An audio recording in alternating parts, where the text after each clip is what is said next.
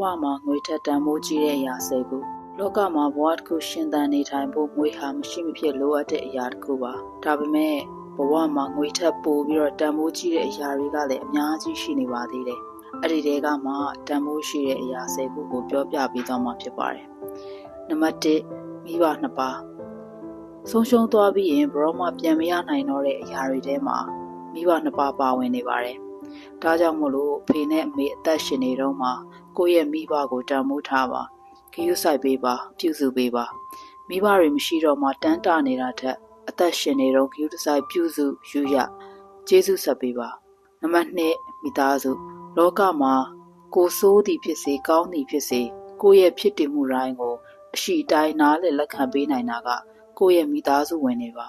ကဘာကြီးမှာဘယ်ရာမှမိသားစုလောက်အရေးမကြီးပါဘူးကိုမိသားစုကိုတခြားအရာတွေနဲ့ဘရောမှအစားမထိုးမိပါစေနဲ့ကိုမိသားစုပြိုကွဲအောင်မဖန်တီးပါနဲ့ကိုမိသားစုကိုတန်ဖိုးထားပါညှဉ်းနိုးပါကာကွယ်ဆောင်ရှောက်ပါနံပါတ်3ကျန်းမာရေး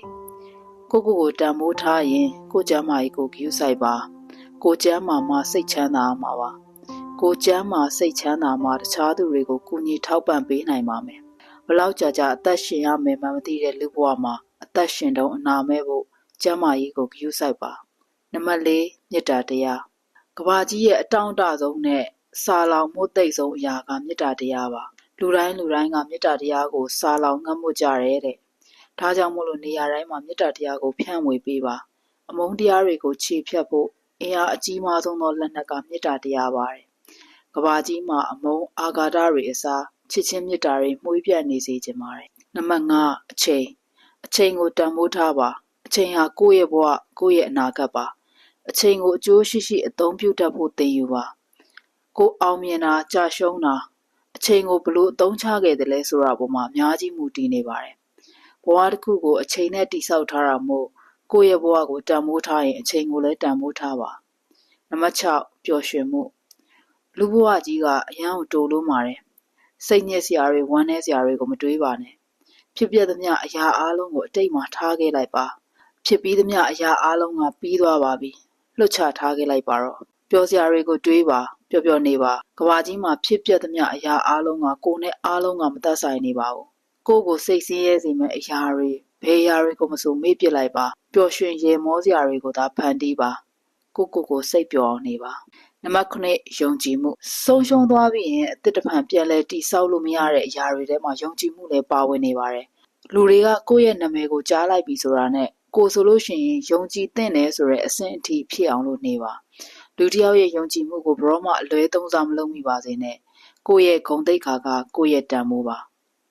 နံပါတ်10ကိုချင်းစာတရားသူ့နေရာမှာငါသာဆိုရင်ဆိုရဲကိုချင်းစာတရားကိုအမြဲထားပါဘဝမှာဘာမှမပိုင်ဆိုင်ခဲ့ရင်တော့မှလူတွေအပေါ်မှာကိုချင်းစာတရားထားတတ်အောင်သင်ယူပါလူကိုလူလို့မြင်ပါလူတွေပေါ်စာနာစိတ်မွေးပါလူတွေပေါ်မှမဟုတ်ဘူးဘဲတတဝါလေးပေါ်မှာဆိုကိုနဲ့ကိုချင်းစာပေးပါဘယ်တော့မှတခြားသူပေါ်မှာမယုံပါနဲ့မရက်ဆက်ပါနဲ့နံပါတ်9မိတ်ဆွေကိုအမှန်တကယ်အကူအညီလိုအပ်နေတဲ့အချိန်မှာကိုကူညီပေးတဲ့သူတွေကိုတန်ဖိုးထားပါဆွေမျိုးထောင်တောင်းထက်စစ်မှန်တဲ့မိတ်ဆွေတယောက်ကပိုပြီးတော့တန်ဖိုးရှိပါတယ်သင်ရဲ့မိတ်ဆွေတွေအပေါ်မှာဘယ်တော့မှသစ္စာမဖောက်မိပါစေနဲ့သူတို့ပေါ်မှာလည်းကျေးဇူးမကမ်းပါနဲ့အမြဲတန်ဖိုးထားပေးပါနံပါတ်10ဘဝလက်တွဲပေါ်သင်ဘဝရဲ့လက်တွဲပေါ်ကိုတန်ဖိုးထားပါညှဉ်းနိုးပါသူ့ပေါ်သစ္စာရှိပါရိုးသားပါကမ္ဘာပေါ်မှာရှိတဲ့တန်ပေါင်းများစွာသောလူတွေထဲကမှအကောင်းဆုံးသောသူကိုသင်အတွက်ဆိုပြီးတော့ဘုရားကဖန်ဆင်းပေးထားတဲ့သူဖြစ်ပါတယ်အသက်ကြီးလာလို့ကိုနေမကောင်းထိုင်မကောင်းဖြစ်တဲ့အခါကိုမကြမ်းမာတဲ့အခါကိုဘေးမှာရှိသွားမှာကိုရဲ့ဘဝလက်တွဲပေါ်ပါပဲအဲ့ဒါကြောင့်မလို့ကိုဘဝရဲ့လက်တွဲပေါ်ကိုတန်ဖိုးထားပါဒီ10ခုကိုဘယ်တော့မှငွေကြေးနဲ့တန်ဖိုးမဖြတ်လိုက်ပါနဲ့ဒီຢာတွေကငွေကြေးထက်အများကြီးတန်ဖိုးရှိပါတယ် podcast by ဒါလီပါ